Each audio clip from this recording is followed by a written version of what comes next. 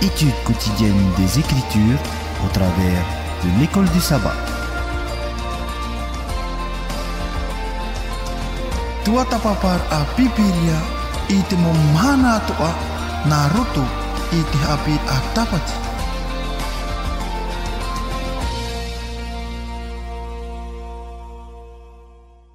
Eh bien, chers amis, bonjour. Nous sommes à nouveau autour de cette table, sur ce plateau de la radio La Voix de l'Espérance, pour pouvoir aller parler d'une autre leçon, une nouvelle leçon qui s'intitule la famille de foi. Famille de foi. Hein? Donc, le trimestre, tout ce trimestre, nous allons parler des saisons de la famille, donc cette 11e leçon, donc famille de foi. Donc, chers amis, nous sommes, je suis cet après-midi avec pasteur Tamanoui. Bonjour pasteur Tamanoui. Bonjour Georges, bonjour. Et pasteur Raoul Wilfried. Bonjour pasteur. Voilà, donc si toutefois vous avez envie d'intervenir, si vous avez des questions à nous poser, n'hésitez pas à composer le 49 45 59 60, 49 45 59 60, et vous pouvez aussi nous suivre sur nos deux plateformes YouTube et Facebook, Centre Média Adventiste. Eh bien, en introduction de notre leçon de cette semaine, eh bien, de nombreuses familles de la Bible ont commis une multitude d'erreurs par rapport donc à leur pratique, en tous les cas de leur foi. Et notre leçon, particulièrement cette semaine, va nous parler de la culture, comment la culture dans laquelle nous sommes de plein pied, dans cette culture polynésienne, mélangée un peu avec la culture européenne et les tendances, les influences américaines, eh bien, comment nous, adventistes du 7e jour, ici en Polynésie française, pouvons vivre notre foi sans compromettre notre foi par certaines pratiques culturelles. Eh bien, des exemples sont donnés dans la parole de Dieu. Agar, par exemple, avec Abraham, hein, donc il y a eu des erreurs qui ont été commises à ce niveau-là, la présence des idoles dans la famille de Jacob, par exemple, donc, et plusieurs autres exemples que nous pourrons voir tout au long de notre rencontre d'aujourd'hui.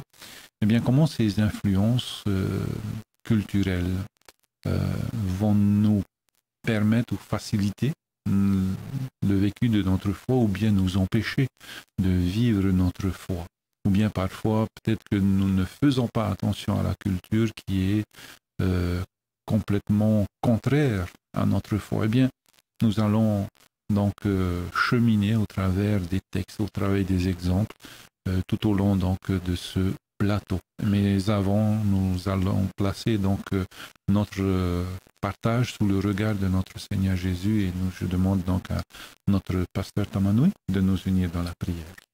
Nous allons prier.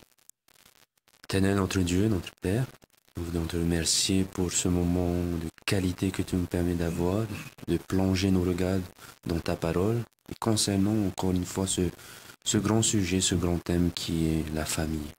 Et Père, nous te prions humblement que tu puisses nous assister, que tu sois ici auprès de nous, afin que toutes les leçons que nous allons apprendre puissent être ressorties au travers de ta parole. Père, merci de bien vouloir diriger ce partage et que ton nom soit encore une fois glorifié. C'est dans le beau nom de ton Fils que nous t'en prions. Amen. Amen. Eh bien voilà, chers amis, hein, famille de foi, c'est le titre de notre leçon de cette semaine. Et le texte principal, le verset en tous les cas à mémoriser, se trouve dans Hébreux chapitre 12, versets 1 et 2. Nous lisons: « Nous donc aussi, puisque nous sommes environnés d'une si grande nuée de témoins, rejetons tout fardeau et le péché qui nous environne si facilement, et courons avec persévérance dans la carrière qui nous est ouverte, ayant les regards sur Jésus, le chef et le consommateur de la foi, qui, en vue de la joie qui lui était réservé, a souffert la croix, méprisé l'ignominie et s'est assis à la droite du trône de Dieu. Bien voilà ce texte-là, hein, nous sommes environnés d'une si grande nuée de témoins. Alors, un pasteur voudrait intervenir d'abord sur ce texte avant de continuer, et nous reviendrons très certainement aussi sur ce texte-là. Le texte qui nous est donné en verset à mémoriser trace la ligne pour notre discussion de cet après-midi. Nous avons ce texte qui vient tout de suite après, si vous vous rappelez bien, dans Hébreux chapitre 11, il y a cette liste de personnes qu'on a intitulées des héros de la foi. Donc, qui, toujours dans le contexte de notre école de sabbat, ils ont grandi dans des pays, parmi des nations, des ethnies qui ont leur culture, leurs règles, mais ce sont des personnes qui ont choisi un chemin précis. Et c'est le même chemin qui est ouvert devant nous, ce chemin qui a été tracé par Jésus. Et donc, le verset nous rappelle qu'il y a une course, et il y a un chemin que Jésus a tracé, chemin que Jésus a payé de sa vie, et que viendra un moment où il faudra faire un choix entre continuer à vivre selon la culture dans laquelle nous sommes nés, ou laisser cette culture-là et s'approprier cette nouvelle culture dans laquelle nous sommes appelés à vivre une nouvelle naissance, une nouvelle vie. Voilà. Ok, d'accord. Avec tous les comment, pourquoi, hein, qui s'en suivent. Et la fin du verset met la note. Il a souffert la croix, il a méprisé l'ignominie, s'est assis à la droite du trône. Donc, il y aura des choix qui seront difficiles, douloureux, contraignants pour soi personnellement, mais aussi pour toute la famille. Il y aura des moments où il va falloir nager à contre-courant. Mais à savoir qu'au bout de cette course, il y a le trône de Dieu. Voilà. Ok, merci pasteur. Pasteur Tamanoui, qu'est-ce que tu en penses de ce verset-là? Toujours en lien avec le chapitre 11, bien sûr, on nous parle des héros de la foi. Et dans le chapitre 12, là, l'apôtre Paul essaie de nous mettre, en fait, dans le sens où c'est à la portée de tous. Ok. Bien que nous voyons ces héros de la foi, parfois nous avons tendance à les voir comme des personnes très particulières, saints, qui a une certaine différence par rapport à nous-mêmes, alors que non, l'apôtre Paul, là, on voit bien le fait que nous pouvons tous réussir de cette même manière. Mais dans ce verset également, il voit que la foi va suivre cette voie, pourrait avoir des complications. Ça pourrait être compliqué. En d'autres mots, on pourrait dire aussi que la foi, elle est simple, mais très compliquée par nous-mêmes. C'est-à-dire, nous allons voir plus tard pourquoi est-ce que c'est compliqué. Parce que lorsque nous marchons sur ce chemin, suivre Jésus, c'est comme si nous marchions à contre-courant des choses de la vie de ce monde. Nous allons voir qu'en effet, la culture peut apporter des avantages, peut être une opportunité également, mais il peut également amener des inconvénients, des complications, et même ne pas être en harmonie avec ce chemin que Jésus a tracé pour nous. Ok, donc le décor est planté, hein. Chers amis qui nous écoutez, vous les auditeurs de la radio La Voix de l'Espérance, mais vous aussi qui êtes sur les réseaux sociaux. Hein. Alors, juste peut-être un exemple, je pense que vous avez des amis qui ne connaissent peut-être pas vraiment nos pratiques au niveau alimentaire en tous les cas, hein. Et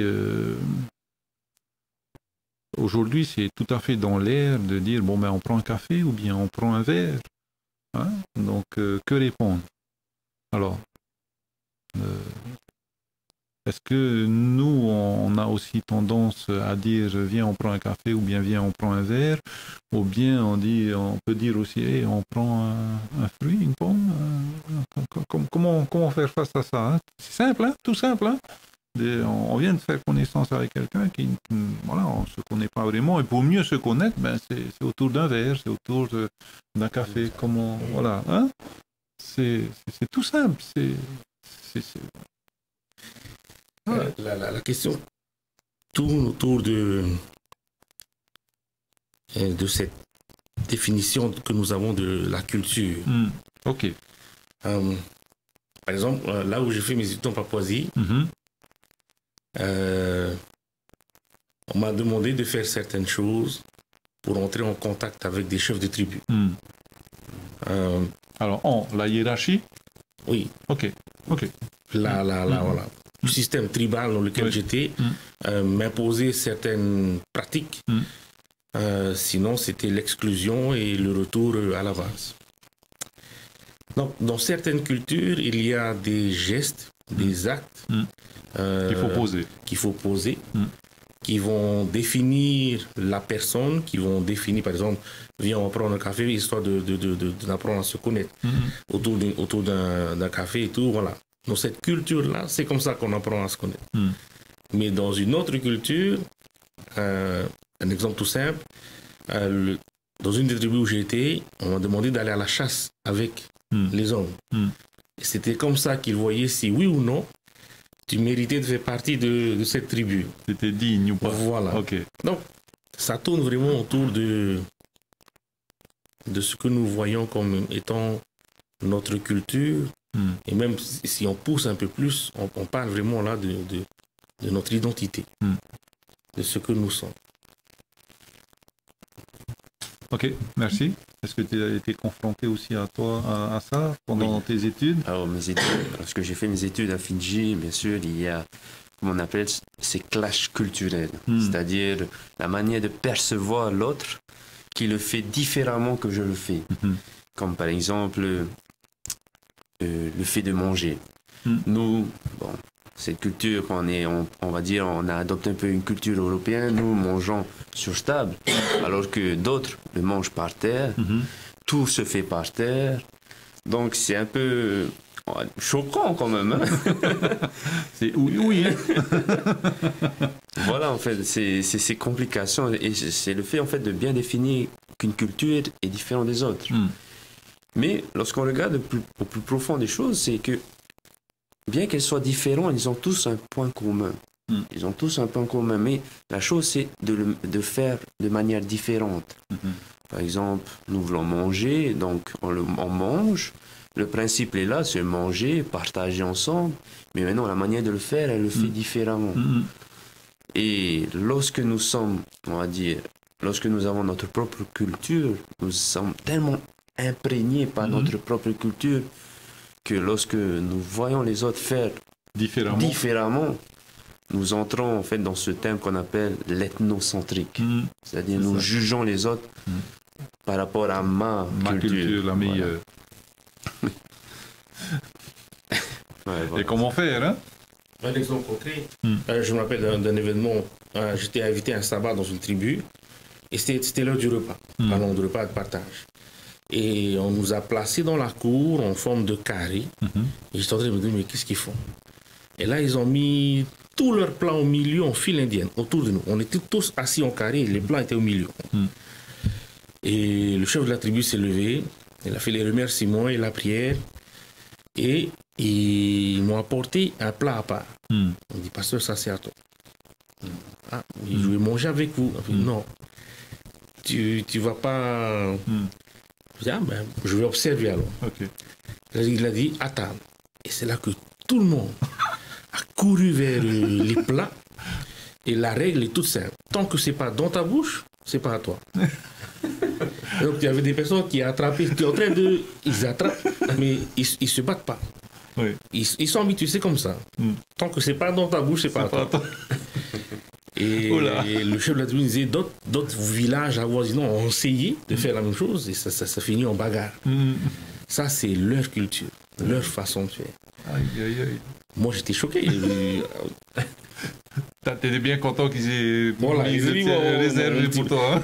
Mais voilà, comme pasteur disait, je ne pouvais pas me permettre de dire que ça, ce sont des pratiques sauvages. Ils ne se sont pas battus à un seul moment. Tout le monde a mangé à sa faim. C'est leur pratique. Chaque sabbat, c'est comme ça. Je me dis, jamais on va faire ça ici. À moi, quelqu'un met sa fourchette dans mon assiette, c'est fini, je ne mange plus. Hein. Et ça n'a rien de culturel, là. Hein. C'est juste le oui. Hein. Ok, alors, ayant posé un peu cette base-là, merci pour les témoignages que vous avez eus hein, dans d'autres ethnies, dans d'autres cultures, et c'est très enrichissant. Un texte nous est proposé, hein, c'est un long texte, donc de Actes chapitre 10, versets 1 à 28 et 34 à 35. Alors c'est le rêve, donc le songe, la vision de Pierre, qui, avec le drap qui descend avec plein d'animaux à l'intérieur et la voix qui lui dit « Lève-toi, mange ». Et Pierre qui répond à la voix, jamais rien d'impur n'est entré dans ma bouche. Eh bien, comment pourrais-je manger? Je ne peux pas le faire. Donc, est-ce que c'est une culture? Est-ce que c'est la foi? Est-ce que la foi est devenue culturelle? Bon, voilà. Hein. Et donc, il comprend par la suite que ça n'a rien à voir avec l'alimentation, mais bien avec ces autres ethnies, autres cultures, autres peuples hein, dont il est question. Donc, alors moi, il y a quelques éléments qui m'ont un peu fait sauter aux yeux. Hein. Alors, voilà, on va lire de 1 à 3. Acte 10, verset 1 à 3. Il y avait à Césarée un homme nommé Corneille, centenier, dans la cohorte dite italienne. Donc voilà un Italien romain quoi en tous les cas, qui est en Israël et qui va faire régner l'ordre. Cet homme était pieux, et craignait Dieu avec toute sa maison. Il faisait beaucoup d'aumônes au peuple et priait Dieu continuellement. Voilà donc quelqu'un, on aurait pu croire un païen, mais c'est pas un juif. C'est un Italien. Et là, le verset 3 m'a beaucoup intrigué. Et j'ai trouvé d'autres versets. Alors, vers la 9e heure du jour. Pourquoi la 9e heure? Ok, 9e heure du jour, il vit clairement donc une vision, un ange qui entra chez lui. Alors, un autre texte dans Acte 3, verset 1. Pierre et Jean montaient ensemble au temple à l'heure de la prière, c'était la 9e heure. Donc voilà un païen, un militaire qui représente donc la puissance romaine, qui a épousé cette foi juive qui, non seulement dans ses actes, donc il est bon, il pratique l'aumône, il fait du bien, mais en plus, donc ça ce sont les actes sociaux, mais en plus dans ses actes spirituels, vers la 9e heure, il se met aussi à prier parce que c'est l'heure de la prière. Donc 9 heures, plus 6, il est 15 heures de l'après-midi. Voilà. Non. Oui, 15 heures. Voilà, 15 heures de l'après-midi. Les 15 heures de l'après-midi, c'est l'heure de la prière et lui aussi il se met en prière. Et on voit aussi que Pierre, de l'autre côté, il se met aussi en prière. Et c'est à ce moment-là qu'ils ont tous les deux donc, des visions. Voilà donc je dirais un contre-exemple. Hein? Tous les exemples qu'on voit plus tard, c'est des Juifs donc, qui connaissent la loi de Dieu et qui font des pratiques culturelles donc des nations environnantes. Et voilà qu'un Romain qui épouse la foi judaïsante hein, et qui pratique complètement, qui est imprégné donc de cette culture. N'est-ce pas magnifique? On a là un exemple d'une personne qui a choisi d'adopter cette culture biblique. Oui, voilà. Au détriment de sa culture romaine, italienne, etc. Militaire. Voilà. Donc c'est quelqu'un qui a choisi de suivre totalement le chemin que Jésus a tracé.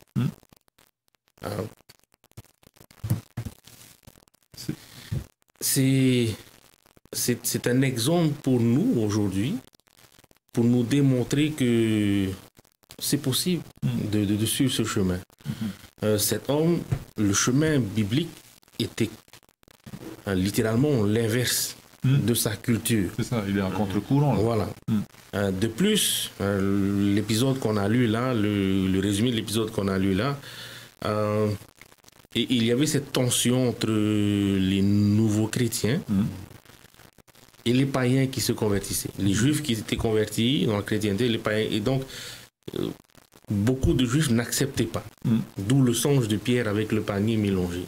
Et il y a une partie du verset où Pierre va dire: Dieu m'a appris à ne regarder aucun homme comme souillé ou impur.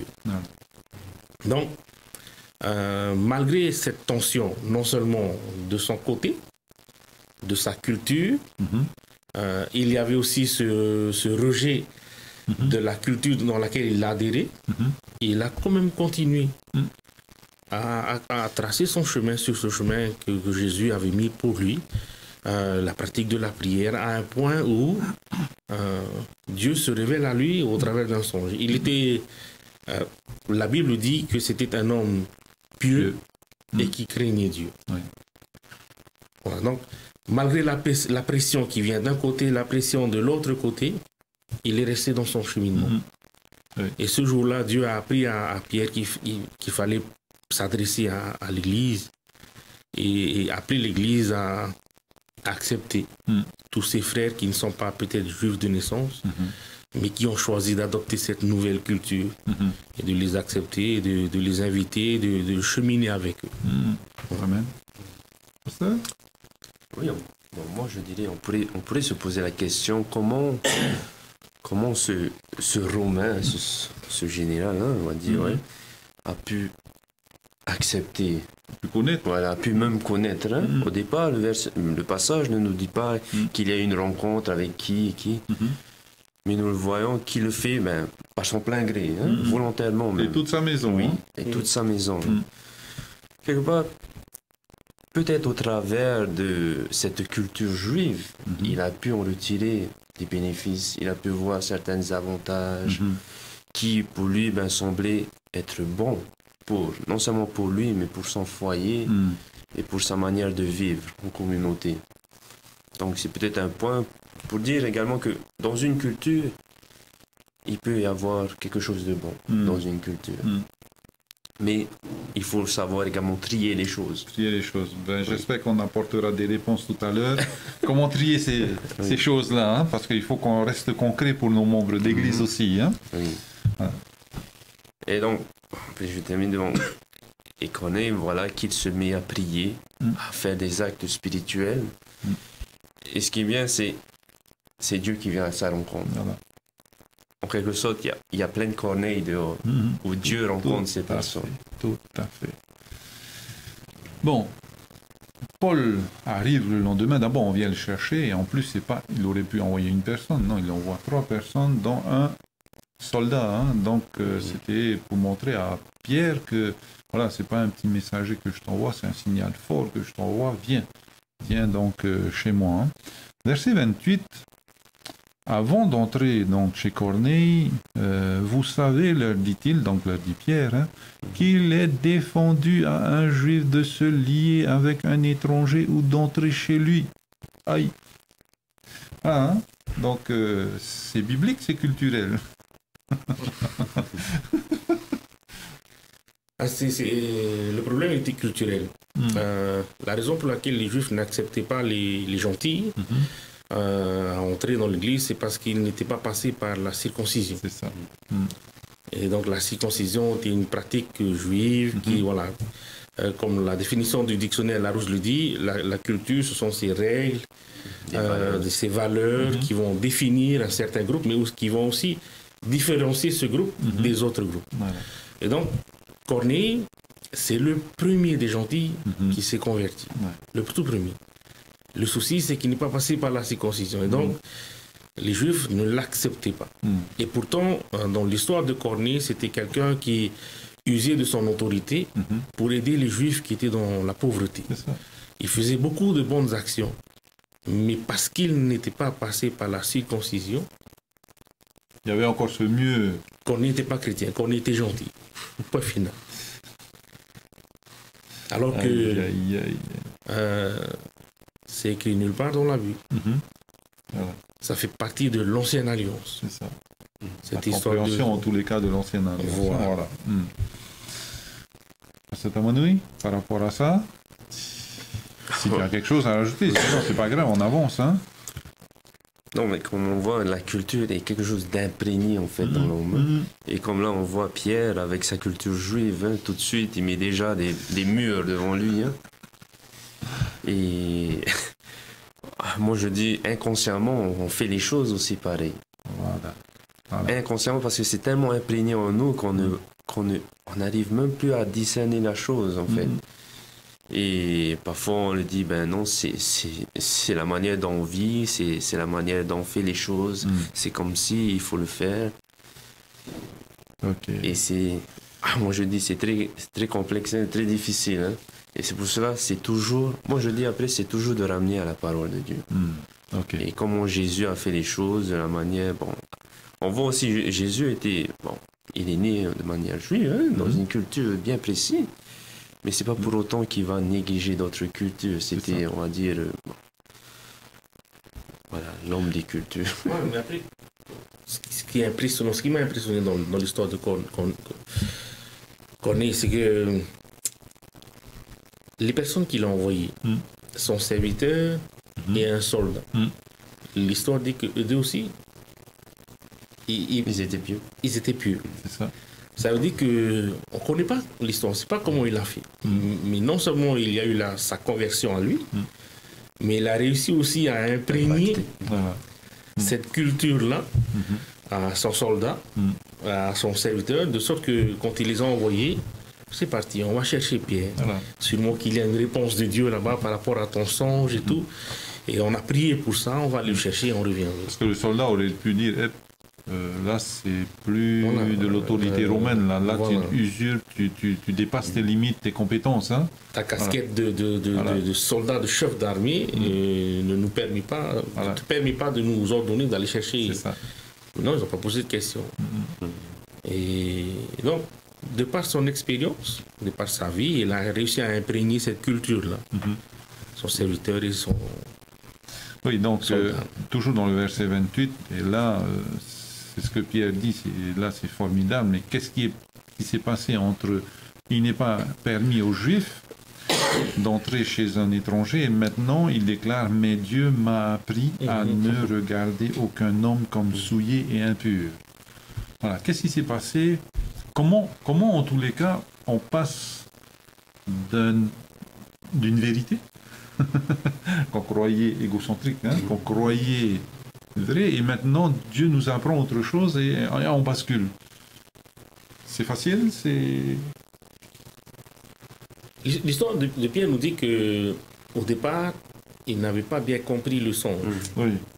Pourquoi est-ce que Dieu lui avait montré ce panier-là? Seigneur, j'ai jamais rien mangé d'impur, donc pourquoi tu me demandes de le faire? Au premier abord, Pierre était parti sur cette question d'alimentation. Mais quand il a rencontré notre personnage en question, je suis sûr et certain qu'il a vu... Le déclic est arrivé, là. Des signes, des marques qui lui ont fait comprendre que même si il n'est pas passé par ces règles, soi-disant règles de circoncision, etc., il avait devant lui un homme pieux et un homme qui craignait Dieu. Et tout de suite, il s'est rappelé du panier. C'était là le message. Dieu était en train de me dire que je ne dois jamais regarder aucun homme comme souillé et impur. En fait, Parce qu'on peut voir également dans cette vision du panier, hein, ce n'est pas simplement au niveau alimentation, mais c'était plutôt ce niveau culturel. Exact. Culturel que les Juifs, même Pierre, avaient ce problème-là. Et même l'apôtre Paul, ils vont se taper dessus, pas se taper dessus, mais ils vont avoir de grands conflits entre Paul et Pierre. Il dit, voilà, toi, quand tu es avec les Juifs, tu te comportes ainsi, et puis tout de suite, lorsque tu es avec des païens, tu changes de casquette et tout. Donc, quelque chose de conflit culturel, quelque chose qui a à voir avec le regard de l'autre. Et c'est... Alors la question que je me pose, hein, est-ce que dans nos églises, dans nos communautés adventistes ou autres, est-ce qu'on n'agit pas aussi comme les judaïsants et les païens? Donc tant qu'il fait du bien à la nation, à nos frères, nos sœurs, tout va bien. Et dès qu'il faut prendre la parole, dès qu'il faut... Attends, t'es pas adventiste, t'es pas... Attends. Il faut que je t'explique les choses. Est-ce que ça existe? Très certainement. Hein. Très certainement. Hein. Votre silence en dit long.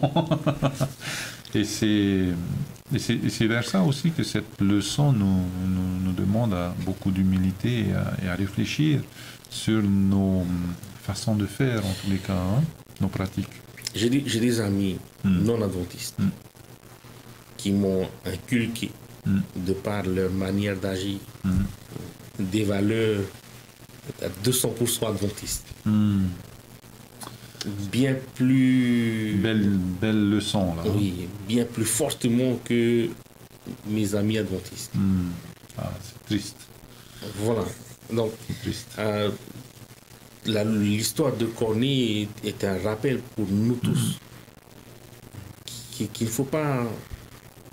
C'est pas du noir et blanc. Oui. Il y a toujours du bon à retenir de chaque culture. D'ailleurs, c'est Paul qui dit, regardez toutes choses Regardez ce qui est bon. Et gardez ce qui est bon. Regardez ce qui est bon. Alors, comment... Alors, par rapport à ce texte-là, garder ce qui est bon. Alors, ce qui est bon par rapport à quoi?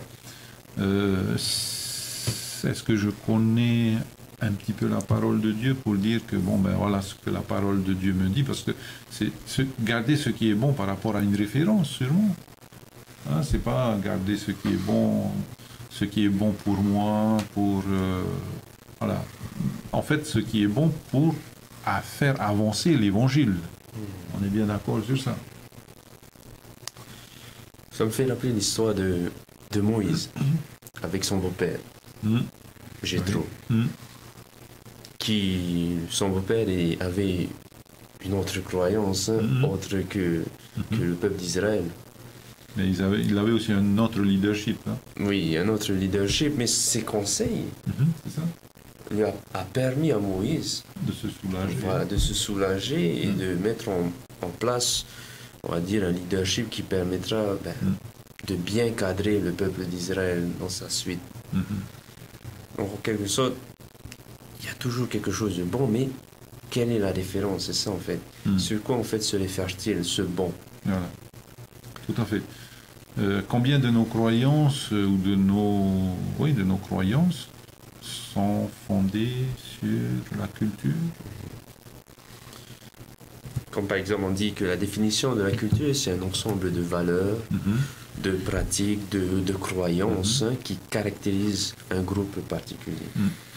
Et lorsqu'on regarde dans la Bible, à la Genèse même, la culture, on est là, on la voit en fait. Et la culture, c'est ce résultat de ce don que Dieu donne à l'homme, cette capacité de créer. Donc, en quelque sorte, la culture est une création de l'homme. Et comment créer cette culture? Par son environnement, par ses expériences, par ses observations. Et tout cela forme sa culture. Donc, tout le monde passe par des expériences, par des observations. Et même au travers de les expériences, je pense que Dieu intervient dans chaque homme. Et maintenant, il y a un plus de savoir, bien sûr, avoir la base de la parole de Dieu. Ok. Alors, comment ne pas être confus face à ma foi, donc, qui est fondée sur la parole de Dieu, et la culture qui nous environne. Comment ne pas être confus et surtout ne pas faire de concessions, de compromis. Tu avais cité en introduction un bel exemple, l'exemple d'Abraham et de son épouse Sarah. C'est un bel exemple dans le sens où, quand Dieu est arrivé pour leur dire qu'ils allaient être père et mère d'une nation, grande nation, comme les étoiles du ciel. Biologiquement parlant, ils n'y étaient pas encore. C'était déjà le coucher de soleil. Voilà, c'est zéro. Et donc, Sarah, dans sa réflexion, elle s'est tournée vers la pratique de leur culture. Celle de prendre une servante et de considérer l'enfant qu'ils allaient avoir ensemble comme leur enfant. Alors, c'est ce qu'ils ont fait. Ils se sont tournés vers ça, se disant ainsi que c'est peut-être là le message que Dieu voulait. Voilà. On essaie biologiquement, on n'y arrive pas, donc c'est pas là, forcément. Voilà. Donc ils sont tournés vers là. Et de cette union est né Ishmaël. Les conséquences de cet acte se répercutent jusqu'à aujourd'hui, 2019. C'est passé il y a très longtemps. Mais ça se répercute jusqu'à aujourd'hui. Les tensions qu'il y a là-bas, dans toute cette zone de la Palestine, ça vient malheureusement de... C'est nous l'aîné, Ismaël. Oui, mais c'est nous l'enfant de la promesse. Voilà. Donc, de ce dérapage culturel, on va dire, est née une tension qui a causé des guerres, et ces guerres continuent jusqu'à aujourd'hui. Donc, cette histoire est là pour nous montrer qu'il faut être prudent dans les décisions, dans les choix que nous faisons, entre chercher le chemin de Dieu ou suivre sa culture. Bon, je sais qu'en disant ça, ça complique encore plus la question. Du comment est-ce qu'on peut... Voilà. Parce qu'en fait, on peut inconsciemment, tu le disais tout à l'heure, eh bien, pratiquer notre foi, mais en fait, elle n'est pas influencée par la parole de Dieu, mais elle est influencée par ma culture. Alors, tant que j'étais à Tahiti, j'entendais le tahitien, parler le tahitien, ça ne me disait rien du tout, franchement. Et jusqu'à l'âge de 20 ans, je me retrouve en France avec mon épouse, et c'est là que ça parle. Mais tout ce temps perdu, je ne sais pas parler le tahitien. Et je veux parler le tahitien. Donc, à mon retour, j'ai essayé de parler le tahitien. Et les premières années, la vérité est venue en pleine figure. Un frère donc me dit oui, mais t'es trop Tahiti. Aïe. Tu sais parler en tahitien? Voilà, c'est en pleine figure. Hein? Et je remercie d'ailleurs ce frère-là, parce que j'ai été plus prudent après en parlant le tahitien, parce que voilà, hein, là, c'est quelque chose de culturel, c'est pas cultuel, hein, c'est un manque que j'ai eu à l'étranger. Donc, qu'est-ce que dans ma pratique va... Alors moi, j'ai envie de dire qu'il faut qu'on soit comme les Béréens. Il faut que lorsqu'on entend des mots ou des expressions, il faut que ça fasse tilt. Il y a dans la parole de Dieu des vérités toutes simples. Comme par exemple la loi de Dieu qui se résume en 2 phrases. Aime ton Dieu de tout ton cœur et aime ton prochain. Ou il y a un autre principe de base qui dit ce que tu manges, que tu bois, quoi que tu fasses, fais-le pour la gloire de Dieu. Donc on a des principes qui nous permettent, des principes tout simples qui nous permettent à filtrer les choses. Et ça c'est mon avis personnel. Aujourd'hui, le grand défi, en tout cas pour nous ici en Polynésie, c'est ce ce choc culturel. Il y a notre culture tahitienne, il y a la culture européenne, et il y a cette nouvelle culture du mélange des deux.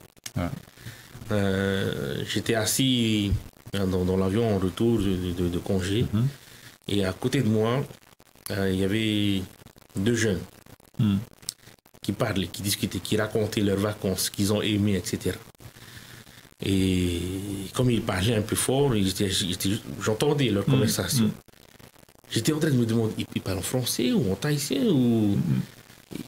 C'était un mélange des deux avec des mots que je ne savais pas. Que tu découvrais. Voilà, donc, pour moi aujourd'hui, c'est là le défi. Nos jeunes aujourd'hui, ils sont plongés dans une culture qui est en salade de fruits, un mélange total. Mais il y a aussi cette quête d'identité. Donc c'est une piste pour nous, en tant qu'Église, pour aider les jeunes, aider toute personne qui sont en train de chercher leur véritable identité. Et de les rappeler que la Bible nous dit que nous sommes tous des enfants de Dieu. Voilà. Pasteur Tamanoué, que dire par rapport à cette... il y a des règles simples qui viennent de nous être énoncées. Et la parole de Dieu, en tous les cas, par rapport au commandement, il n'y en a que 10. Simple. Il n'y en a pas 36 000, il n'y en a que 10. Et donc, est-ce que tu as d'autres pistes simples pour ne pas justement dévier, ou bien est-ce que tu as autre chose à proposer par rapport à comment ne pas être confus, comment ne pas être ébranlé, et comment ne pas aussi faire des concessions et aller plus vers la culture, et voilà, comment aussi par ma foi atteindre ceux qui n'ont pas la culture chrétienne déjà et adventiste après. Alors, la chose toute simple d'abord, c'est de bien mettre les choses en place, c'est-à-dire que chaque personne ait une relation avec Dieu. Alors, nous, trop souvent, on a tendance à s'imposer, à donner aux autres la culture adventiste. Or, c'est pas ce que Jésus avait fait dans tout son ministère terrestre. C'est tout simplement de se mêler aux autres et bien sûr de savoir comment créer ce pont entre nous et eux, afin que les choses puissent se passer de manière à, on va dire, minimiser les chocs culturels. Et il y a également ce côté à prendre en compte, à ne pas tomber dans ces compromis ou dans des concessions. C'est bien sûr d'examiner toutes choses. Et bien comme Pierre également, lorsqu'il a reçu cette vision de ce drap, c'était pas juste une fois, mais 3 fois il a vu cela. Et il disait souvent non, je ne mangeais pas quelque chose de souillé. Donc pour Pierre, il se référait aussi à la parole de Dieu. Deutéronome et Léviticon aussi, qui parlent des animaux impurs. Donc pour lui, il examinait toutes choses, mais voilà que il avait compris, c'était autre chose en fait qu'il fallait comprendre. C'était une parabole qui était devant lui. Et en quelque sorte, nous également, lorsque nous sommes dans une culture, il y a du bon, mais il y a également du mauvais. Et ce que nous retrouvons aujourd'hui, c'est que les cultures commencent à se mélanger. Et même au niveau, je parlais de la religion, au niveau de la religion, nous entrons dans ce stade du syncrétisme. On a tendance à mettre de côté certaines pratiques et à mettre de nous, alors que le cœur est toujours dans les anciennes traditions, dans les anciennes cultures, tout cela. Et il faut faire attention parce que tout cela ne vient pas en harmonie avec la parole de Dieu. Donc, je dis, la parole de Dieu est la base de toute chose, le socle même, et c'est en dépit, dans notre relation avec Dieu, Dieu nous appelle toujours à examiner. Est-ce que cela est en harmonie et conforme à la volonté de Dieu? Est-ce que la Bible dit vraiment cela? Si ce n'est pas cela, il faudrait que j'y pense, puis j'y réfléchisse un peu plus pour ne pas tomber dans ces pièges-là. Alors, lorsque nous sommes dans un groupe, hein, dans une communauté. Nous avons toujours affaire, en tant que responsables, hein, aux comment on appelle, conservateurs. Il y a un groupe de conservateurs et il y a un groupe de libéraux, un peu en avance sur le temps, ou bien en plein dans le temps. Là, c'est un peu compliqué aussi à gérer, hein, en tant que responsable. Les principes sont les mêmes. Hein, c'est tu aimeras ton Dieu, tu aimeras ton prochain, mais je suis quand même conservateur. Et en tant que conservateur, eh bien, je me prémunis aussi. Voilà, j'ai mis de bonnes balises autour de moi et voilà, j'avance avec ces balises-là. S'il y a une qui tombe, je suis en déséquilibre. Hein. Ça ne va plus dans ma tête comment il faut revenir dans l'équilibre. Hein. Donc, dans nos communautés, nous avons affaire à ces deux groupes. Et, comment faire? J'étais invité une fois à un mariage. Ouais. Mariage de jeunes. Et au milieu de la cérémonie, l'orchestre s'est mis à jouer et commençait à avoir de la danse. Mm-hmm. Et en quelques minutes, quelques frères de l'église se sont levés, en s'approchant de moi en me disant, pasteur, on ne peut plus rester là. Mm. Ça devient Babylone, il faut partir. Mm-hmm. Cette attitude ne colle pas au texte que Jésus a dit dans Jean 17, verset 15. Je ne te prie pas de les ôter du monde, mais de les préserver du mal. Ils ne sont pas du monde comme moi si je ne suis pas du monde. Sanctifie-les par ta vérité. Donc, normalement, je devrais être capable d'être là, sans avoir peur d'être, entre guillemets, j'aime pas ce mot, mais d'être infecté. Au contraire, il faut que tu sois là. Parce que Jésus va dire ensuite, comme tu m'as envoyé dans le monde, je les ai aussi envoyés dans le monde. Voilà, pas chez les adventistes. Hein. Non, notre mission est là-bas. Notre mission est là-bas. Et si on opte pour cette attitude de non, moi je reste ici, on ne pourra jamais. D'ailleurs, c'était la principale critique des pharisiens envers Jésus. Quand on voit les versets qui introduisent les 3 paraboles. Oui. Dans Luc chapitre 15, versets 1 et 2. Jésus était là et les pharisiens se disaient, mais comment cet homme peut aller manger chez des pécheurs comme eux? De mauvaise vie. Personne de mauvaise vie. Jésus a dû corriger leur perception des choses. Je ne suis pas venu pour les importants, mais pour les malades. Exactement. Donc, il faut qu'on soit prudent aussi dans notre attitude lorsque nous sommes dans des événements comme cela. Au contraire, j'en ai profité avec mon épouse, on était attablés on était les seuls adventistes. Il y avait des plats qu'on pouvait manger et d'autres non. On n'a pas agi dans le sens où on ne va pas toucher ça. Mais j'ai utilisé ça comme une opportunité pour discuter. Et se poser des questions, mais pourquoi vous ne mangez pas ça? Moi, j'ai vu ça comme une porte ouverte. Tout à fait. Et on discute et on partage. Et j'ai pas dit parce que je suis adventiste, c'est tout. Non. Là, on construit le mur et puis vous êtes les impurs. Non, là, c'est une occasion de discuter, de parler, de comprendre pourquoi. Et puis, à la fin, tu finis avec un contact qui te dit ça m'intéresserait de comprendre un peu mieux ce que cette culture tout à fait. À laquelle tu as adhéré. Et voilà. Là, j'ai été aussi attablé comme toi, hein, monsieur et madame, et table de 8, hein, pareil. Mais, bon, merci. Mais pourquoi? Ah, mon ami, je vais t'expliquer. C'est une opportunité. Voilà. Ça t'en va? Que faire le vendredi soir, par exemple, hein, et que pas faire le vendredi soir? C'est ça. Alors, il y a eu aussi un moment comme ça, le vendredi soir, hein, où on nous a appelé, c'est un ami de ma femme, pour un grand rassemblement concernant nos frères, les Mormons. Hein. Il y a eu le grand prophète qui est venu chez eux et tout. Et pour nous, bon, bien sûr, vendredi soir, c'est le sabbat. Nous ouvrons le sabbat.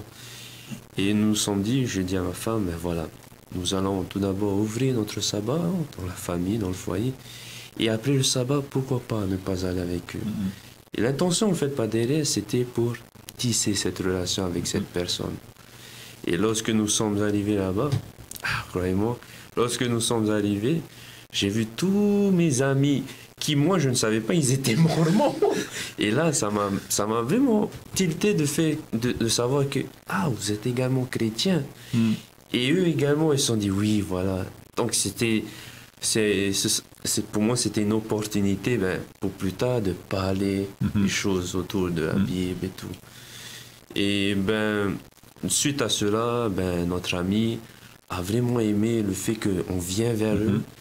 Et tout ça a créé une bonne amitié. C'est ça. Et suite à cela, nous avons continué aussi à partager ensemble des repas et tout, toujours autour de la parole de Dieu. Donc, c'est pour ça, parfois en tant qu'adventiste, nous avons tendance à mettre des barrières, à mettre des murs. Bien sûr, nous avons des principes, nous avons une règle de conduite, mais n'oublions pas l'essentiel, c'est que nous devons toujours avoir cette relation avec notre prochain. Ok, donc c'est cette culture-là qui nous traverse, d'année en année, d'âge en âge, de génération en génération. Comment les familles peuvent s'adapter à ces changements? Hier, c'était férié. À un moment donné, madame et moi, on était devant nos écrans et elle nous montre une image où il y a un squelette avec un appareil connecté là. Et on s'est regardé et dit, mais comment on faisait avant? Les appareils connectés sont entrés dans nos vies. Comment on faisait avant? On regardait un peu la télé, mais on allait dehors,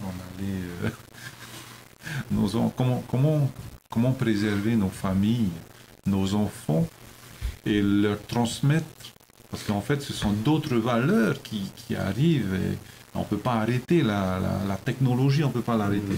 Mais comment transmettre nos valeurs chrétiennes à nos enfants quand ils sont devant ces écrans? Quelle stratégie adopter à la maison? Parce que enlever ça, c'est les punir, et punir pour punir, bon, voilà. Mais nous, en tant que responsables, comment transmettre ces valeurs? Comment leur donner le goût d'aimer la parole de Dieu? Parce que la foi des parents n'est pas transmissible génétiquement. C'est pas génétiquement que ça se transmet. C'est une relation que nous devons avoir avec notre Dieu. Donc, comment les connecter à notre Seigneur, au lieu de rester connectés donc sur ces appareils connectés? C'est une de mes grandes craintes. Oui. Il y a l'histoire de Josué et toute sa génération qui avait servi Dieu de tout leur cœur. Et l'histoire nous dit qu'à la mort de Josué, la génération qui a suivi, c'est une génération qui est partie dans le sens opposé. Et la question c'était, qu'est-ce qui s'est passé d'une génération à une autre pour qu'on passe d'un peuple qui soit loyal et fidèle à Dieu à un peuple qui soit rebelle à Dieu. Et c'est ce que tu disais, c'est pas génétique. Et si on n'est pas prudent avec ce que nous faisons aujourd'hui, nous risquons aussi de perdre la future génération. J'ai 2 enfants, j'ai 2 filles. C'est une de mes plus grandes craintes. De plus, c'est paradoxal dans le sens où je suis pasteur. Et normalement, j'ai toutes les armes qu'il faut pour ces enfants de pasteurs là. Et c'est ça le danger. Ça le danger. J'ai des parents qui étaient investis dans l'église à fond. Et c'est ce que je leur ai toujours reproché. C'était d'abord les enfants des autres avant nous. Et je m'étais toujours dit, quand j'aurai mes enfants, D'abord. D'abord. Malheureusement aujourd'hui, Tu as plein d'enfants. Tu as 300 enfants. c'est pas le cas. C'est une triste réalité, c'est pas le cas. C'est pas le cas. Et je rends gloire à Dieu, mon épouse s'occupe très bien, mais c'est pas sa charge à elle. Oui. C'est pas sa responsabilité à elle. C'est le couple. Ce sont nos enfants à tous les deux. Donc il faut que je sois prudent avec ce que je fais, avec mes enfants. Maintenant, il y a cette génération d'écran. Je fais comment? Le truc, c'est que quand j'arrive à la maison, je suis moi-même scotché à l'écran. C'est ça. Mon enfant me voit. Si papa est scotché à l'écran, moi aussi je prends mon écran. Donc c'est vraiment une éducation par l'exemple. Par l'exemple. Et quand tu lis des interviews de ceux qui ont inventé ces machines qui interdisent l'accès de ces machines à leurs propres enfants, voilà, il y a des questions à se poser. Donc c'est terrible, hein? La technologie, on ne peut pas l'arrêter. Donc, comment, avec mes amis, en tous les cas, chrétiens, ce que j'aimerais que les amis chrétiens et non chrétiens aussi puissent avoir un moment de qualité avec leurs enfants, avec leur famille. Ces deux moments-là de la journée, le matin et le soir, il faut que ça se fasse dans les foyers. Pas coûte que coûte, pas au détriment ou non. Il faut expliquer les choses et petit à petit venir si on n'en est plus là, si on n'est plus à le matin et le soir, ce qu'on appelle le courrier affectif, hein, le moment de famille, hein, familial autour de la parole de Dieu. Donc ça, c'est important de les avoir, ces deux moments-là. Et dans la journée aussi, des moments de prière. Hein. Comment faire? Comment encourager nos membres à le faire? Parce que visiter tous les membres, il faut 1 an et demi, 2 ans pour visiter tous les membres. Hein. Et il y a des choses simples qu'on peut mettre en application. L'Esprit de prophétie nous encourage à avoir au moins un sabbat par mois où l'après-midi, les familles sortent en nature. Quand on regarde nos plannings, c'est chargé. On commence le matin, on termine tard le soir. Full. Et quand il y a un sabbat de libre, on est tellement fatigué que... donc c'est vraiment une question de choix, de décision, de priorité. Si vraiment je veux que ça change au sein de mon foyer, il y a des choix que je dois faire, des décisions que je dois prendre. Et je parle, comme Paul le dit, moi le premier qui suis coupable. Voilà, tout à fait. Et j'espère que mon épouse, je ne pense pas qu'elle m'écoute, mais si elle m'entendait, ça serait un sujet de discussion ce soir. Mais bon, c'est une question de choix. C'est vraiment une question de choix, une question de décision et de volonté. C'est important ce que tu dis. Hein. Voilà, comment faire pour que cette culture, qui est plutôt belle, la culture polynésienne, il y a de beaux aspects dans cette culture. Ce que je regrette dans cette culture-là, c'est le Harimaitama. Ça n'existe plus ici à Tahiti. Dans les îles, ça existe encore. Harmainatfarene, Tapamai, Harimaitama. Venez à la maison, venez manger. Il n'y a rien à manger. Hein. C'est ça. Derrière, il n'y a rien à manger. Hein. Donc, quand les personnes décident de rester, on va trouver, on va trouver quelque chose. Mais voilà, hein, il n'y a rien derrière. Il n'y a rien de près. Hein. Venez à la maison, cette hospitalité. Magnifique.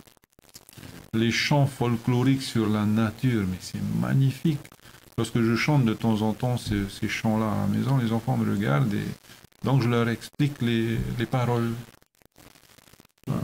Donc c'est ma culture. Ma langue fait partie aussi de ma culture. C'est magnifique. Voilà. Donc c'est pas que les couronnes de Thierry Tréti, voilà. Hein. Donc, et encore en Polynésie, vous avez on commence par le haut, donc les marquises, les Tuamotu Gambier, la société, les îles sous le vent et les Australes. Voilà. Et chaque groupe d'îles a donc sa spécificité et donc c'est magnifique. Vous allez aux Australes au mois de juillet, de décembre, donc vous avez le Tere, Terefaati, donc c'est magnifique. Où il y a ces porteurs de cailloux dans tous les villages. C'est une belle chose, donc cette belle culture de la Polynésie française. Hein. Comment donner l'envie à nos enfants d'aimer leur culture, parce qu'ils sont fondés dans cette culture, enracinés dans la culture, mais aussi dans la foi chrétienne. C'est le double enjeu, parce qu'en fait, il faudra déceler dans cette culture ce qui va m'empêcher d'être un disciple et ce qui va favoriser le fait que je sois un disciple. Et donc, il a donné de bonnes pistes tout à l'heure déjà. Donc, aimer son Dieu de tout son cœur, de toute son âme et de toute sa pensée, et son prochain comme soi-même. Hein. Et tout ce que nous faisons tout cela pour la gloire de Dieu. Deux principes magnifiques. Alors, que dire donc dans nos communautés aussi, donc tout ce qui est culturel qui arrive d'ailleurs, même d'ailleurs, lorsque j'étais donc avec la guitare la dernière fois, un des membres pour me chahuter un peu disait « Georges, la guitare c'est pas culturel ça, c'est arrivé avec les étrangers. » Je dis « Oui, super, le piano c'est pas culturel, donc c'est arrivé. » Non, il faut vivre sa foi avec sa culture. Hein. Je dis, ok, on va faire venir les Toere, les Taliprao dans l'église adventiste. Et là, il a été un petit peu embêté. Voilà, franchement, il a été un petit peu embêté. Et voilà, je lui démontrais juste que avec ça, je pourrais le faire bouger. Juste avec ça. Il n'y a pas besoin d'aller chercher des instruments. Juste avec ça, il va bouger. En fait, c'était sur les mouvements qu'il était en train de pointer. Hein.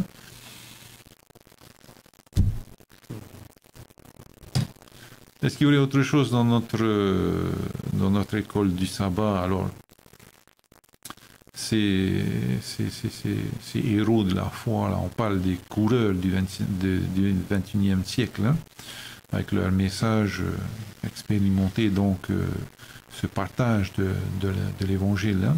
Mais peut-être avant d'arriver là, il y a un texte qui m'a toujours, pas ébranlé, mais questionné. Hein. Lorsque la culture vient donc m'empêcher d'adorer mon Créateur, d'être en phase avec mon Créateur et mon Sauveur, Esdras 10, c'est un texte terrible. Verset 1, chapitre 10, verset 1 jusqu'au verset 15.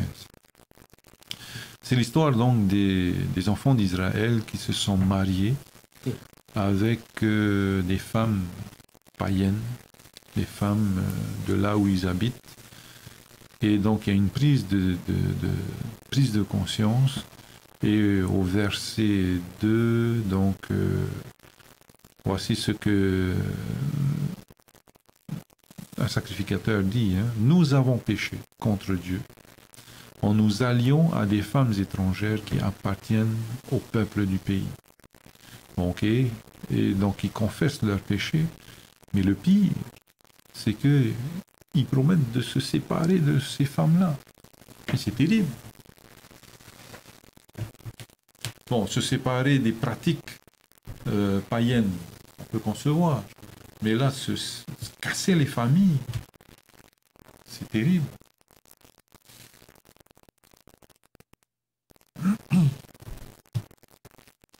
Je ne sais pas si on va aller jusque-là. Hein. C'est... Que faire? Bon, je pense que là, c'est une situation extrême. Une situation, bon, je n'ai pas lu tout le contexte du texte. Je ne veux pas que ce soit un prétexte pour nous cet après-midi. Mais je pense qu'à un moment donné, en tous les cas, sur des pratiques que je fais, il faut qu'à un moment donné, je puisse faire dissocier ce qui est cultuel de ce qui est culturel lorsque le culturel m'empêche d'être ce disciple. Exact. Comme on avait dit précédemment, la culture peut être, on va dire, un frein, même un conflit dans cette harmonie que nous pouvons avoir avec Dieu. Et bien sûr, lorsque nous voyons cela, il faut impérativement se dire en nous-mêmes que oui, il est bon de mettre cela de côté. Et de ne pas continuer, de ne pas faire en sorte que la culture prend la place, on va dire, voilà, dans les cultes, dans les moments spirituels. Et par rapport à ce passage d'Esdras, bien sûr, l'Ancien Testament était, on va dire qu'on a toujours tendance à voir que l'Ancien Testament comme quelque chose de très dur. Mais bien sûr, l'Ancien Testament était là également pour nous montrer que le peuple de Dieu devait préserver ce monothéisme et ce Dieu d'Israël par rapport aux autres nations païennes. Mais, que l'on soit, c'est de ne pas mettre de côté les personnes, mais les pratiques. Ceux qui pourraient nuire à l'adoration propre de ce Dieu créateur. Et aujourd'hui également, on peut trouver ces situations-là. On peut retrouver ces mêmes pratiques qui viennent nuire ce Dieu créateur par rapport à même dans les religions, je parle. Mais soyons quand même conscients et puis prenons, on va dire, les choses bien en main, de bien réfléchir sur ce que nous faisons, les pratiques que nous mettons en place. Bien sûr, la culture, moi je dis, je ne suis pas contre notre culture, au contraire, elle est très belle. Mais lorsqu'elle vient prendre la place prendre la place au-dessus de Dieu, je pense qu'il y a un problème. Et je pense qu'il faut faire attention. Ok.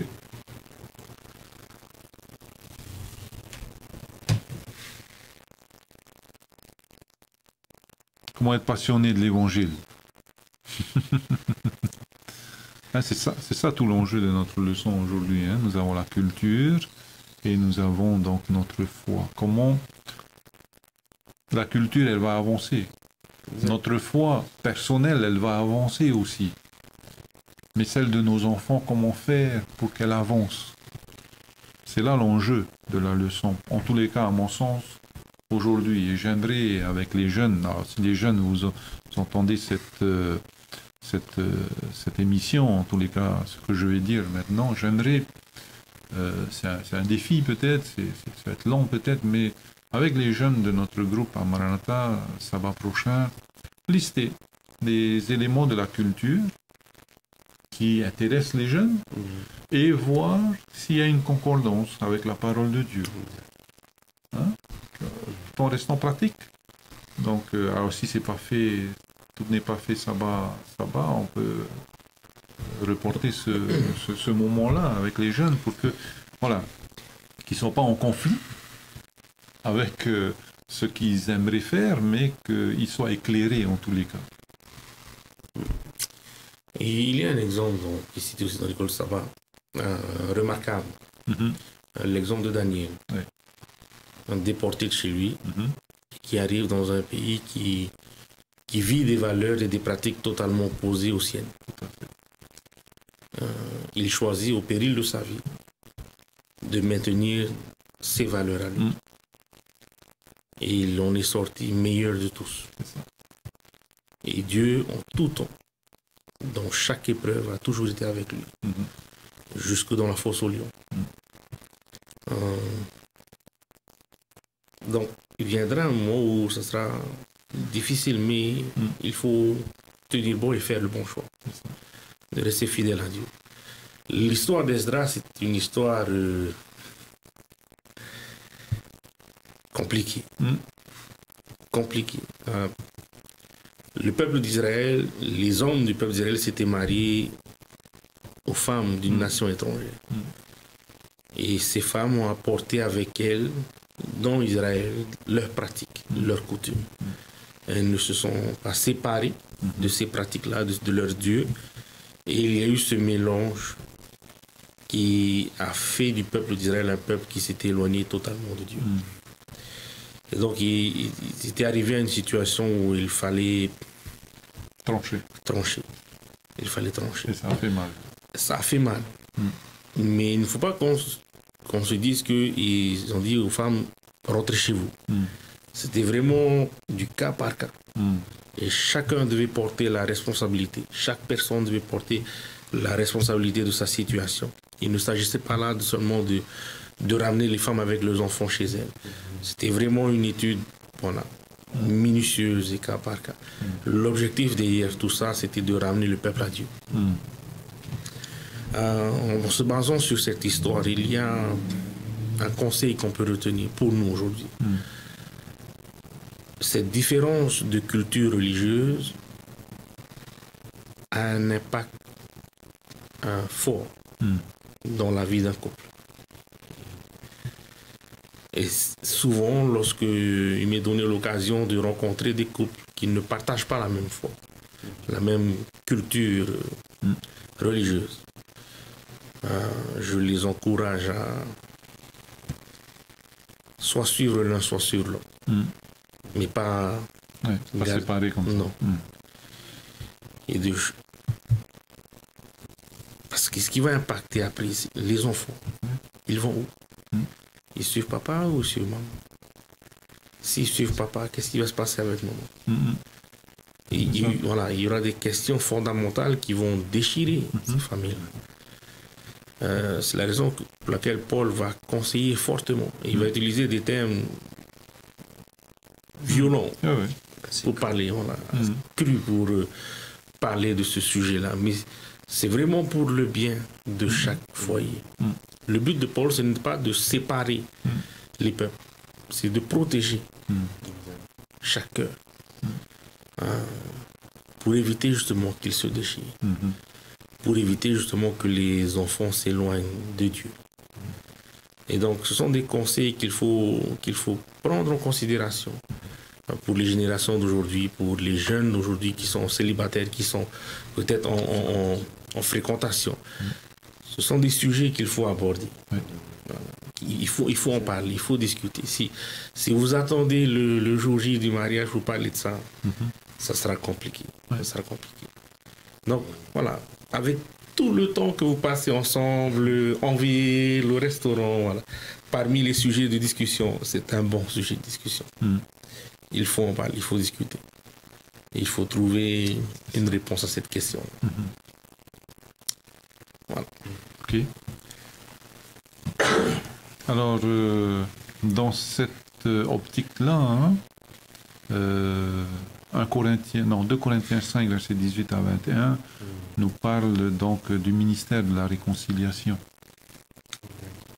Ce beau ministère que Jésus a inauguré, ce ministère de la réconciliation, et qui nous encourage à nous réconcilier les uns avec les autres, parce que, je vais le lire, 2 Corinthiens 5, versets 18 à 21. Tout cela vient de Dieu, qui nous a réconciliés avec lui par Christ et qui nous a donné le ministère de la réconciliation. Tiens, est-ce qu'il y a ce ministère dans nos églises? Car Dieu était en Christ réconciliant le monde avec lui-même, en n'imputant point aux hommes leurs offenses, et il a mis en nous la parole de la réconciliation. Nous faisons donc les fonctions d'ambassadeurs pour Christ, comme si Dieu exhortait par nous. Nous vous en supplions au nom de Christ, soyez réconciliés avec Dieu. Celui qui n'a pas connu le péché, il l'a fait devenir péché pour nous, afin que nous devenions en lui justice de Dieu. Un beau texte ça pour nous. La rencontre entre la culture et ma foi doit être conciliée ou réconciliée en Christ. conciliation se fait autour de la personne de Christ.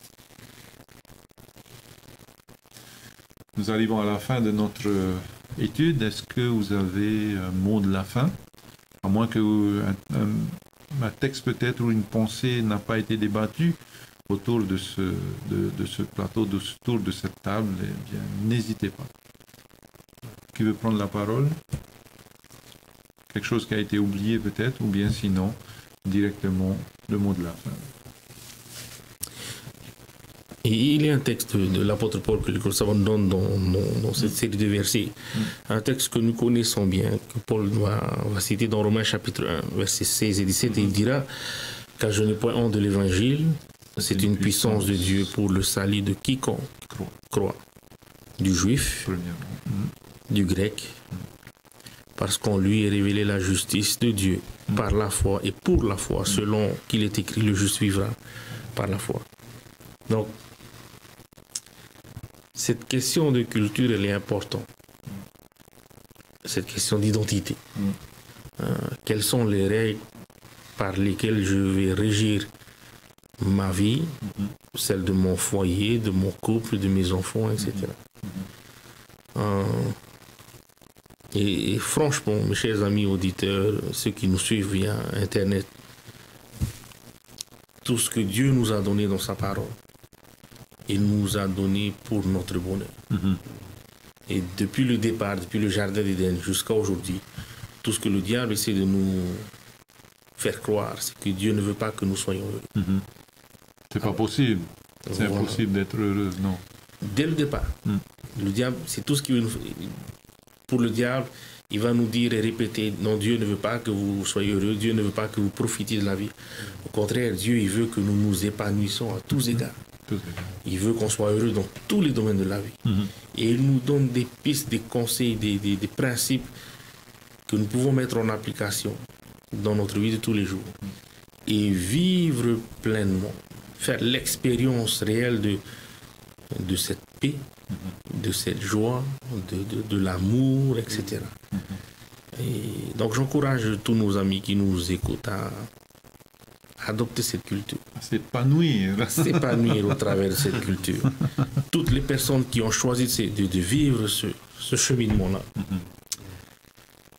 avec les hauts et les bas qu'ils ont rencontrés, Dieu était toujours près d'eux. Toujours. Voilà.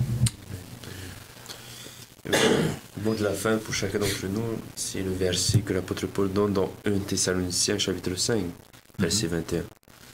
Comme l'a été dit précédemment, mais examinez toutes choses et retenez ce qui est bon.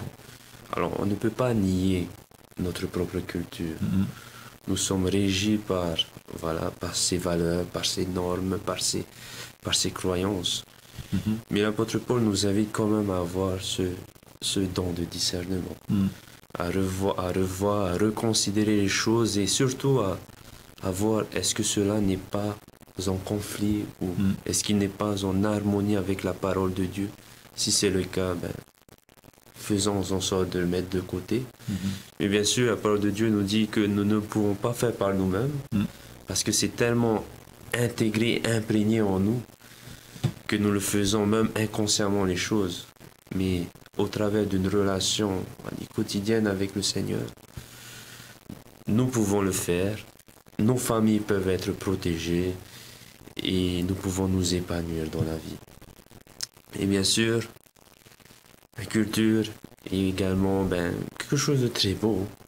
Lorsque nous voyons toute cette beauté de culture que le monde détient, on peut se dire que... Et la dernière chose qu'on pourrait quand même aussi mettre en place, c'est de respecter les différences et de se dire que ce n'est pas maintenant quel est mon regard vis-à-vis de l'autre, mais c'est plutôt quel est le regard de Dieu vis-à-vis de mon prochain, vis-à-vis de ceux qui sont différents de moi. Et c'est ce qui nous amène tout simplement à nous respecter les uns les autres et à avoir ce sentiment d'humilité, de se dire que non, j'ai de la valeur aux yeux de Dieu, mais également ceux, mon prochain, ont également la même valeur que j'ai. Donc, je les accepte tels qu'ils sont. Voilà. Amen. Donc, chers amis, nous sommes heureux d'avoir partagé la parole de Dieu autour de la foi et de la culture, hein. Eh bien, la culture peut être un ami ou un adversaire à la foi chrétienne. Et comme tu dis, pasteur Tamanui, tantôt, que nous devons demander à Dieu ce discernement, hein. Eh bien, si quelqu'un, donc dans Jacques chapitre 1, verset 5, si quelqu'un d'entre vous manque de sagesse, qu'il la demande à Dieu, qui donne à tous simplement et sans reproche, et elle lui sera donnée. Eh bien, chers amis, nous vous disons au revoir et nous vous remercions encore. Je voudrais remercier les deux pasteurs qui ont accepté l'invitation de venir autour de cette table et de discuter de cette belle leçon que nous avons cette semaine. Elle n'est pas finie. Continuons à chercher dans la parole de Dieu ce qui pourra nous aider. Et donc, merci à vous deux. Et nous allons terminer par la prière de notre pasteur Wilfried. Père éternel, nous te remercions du fond du cœur pour ce moment que tu nous as permis de partager ensemble autour de ta parole dans ce thème, Seigneur, de la foi et de la culture. Père éternel, nous savons que nous n'avons pas pu aborder tous les aspects qui ont été mentionnés dans l'école savante. Aussi, nous te demandons humblement de permettre à chacun d'entre nous de continuer à découvrir, Seigneur, ce que tu veux nous enseigner. Permets-nous, Seigneur, d'être remplis de ton Saint-Esprit pour qu'en tout temps, nous soyons sur le chemin de ta vérité. Merci, Seigneur, de bien vouloir bénir tous nos amis auditeurs, tous ceux qui ont entendu en direct, tous ceux qui vont regarder par la suite à ce moment de partage. Et nous prions que cela soit une bénédiction pour tous. C'est là notre prière au nom de Jésus. Amen. Amen.